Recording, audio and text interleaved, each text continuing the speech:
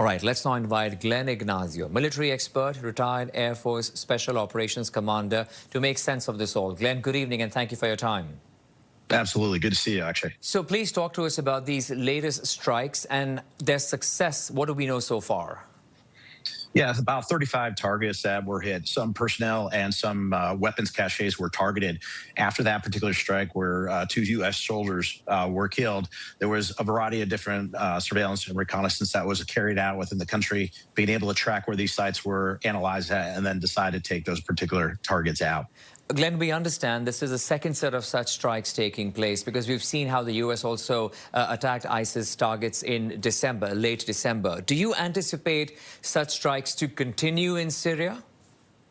I think it's going to depend on what kind of organization ISIS does. I mean, we're seeing a lot of action within Sudan, Nigeria, and others with some of the factions of ISIS, but it really depends on how much really binds and where those groups really come together. So we don't want to have ISIS rise up in any way. So the largest that they can get together and congregate and have weapons caches, they're going to be taken out. That seems to be the intent of this administration.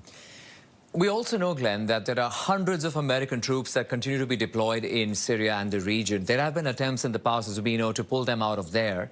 Do you see that happening anytime soon? Well, I really hope so. Excuse me. We've had them for a few years. A lot of the special operations do that because of the intensity of hitting ISIS directly. Right now, if there's some kind of agreement that can really be, I would say, reinforced and comfortable with a lot of trust with the Syrian government to take care of ISIS, that would be the case, and then we'd pull out.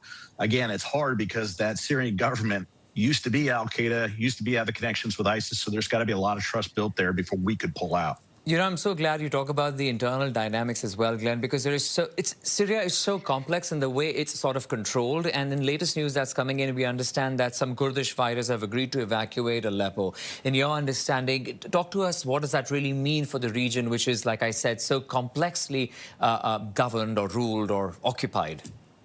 Yeah, I'm really glad you brought that up because it's something that hasn't really been noted for many, is that, you know, the Kurdish fighters have been absolutely our friends as far as the United States. They were absolutely critical both in Iraq, and they were incredibly critical as far as the strikes against ISIS. So the Syrian battle is definitely one of the things that is confusing and really shouldn't happen.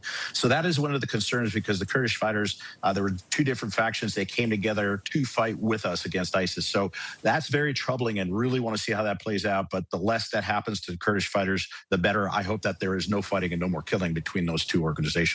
You know, since you're here with us, Glenn, I want to slightly pivot and talk about what else is happening in Iran. Different topic, but in the same region. There is a lot of course, as we know, dissent, protests on the ground.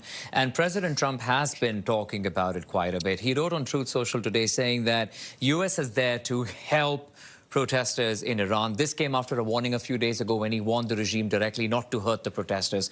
What's your sense, Glenn? How do you think the U.S. can intervene in a situation like that in Iran? What could happen?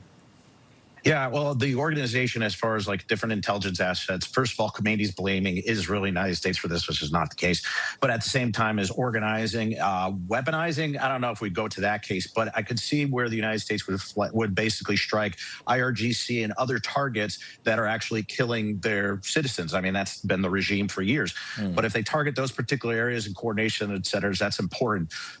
I would say the most concerning thing is when the internet was cut off. That was one, either to break the coordination for the protesters, or worse is to break that because the Iranian regime was about to do something brutal. So that's really concerning for us. But I hope that they get their freedom after seeing so many years of this barbarian regime. All right, we leave it at that. Glenn, it's always a pleasure to have you on the program and get your perspective on all that's happening in the region. Glenn Ignazio, military expert, retired Air Force Special Operations Commander. Thanks again. Thanks, Akshay. Take care.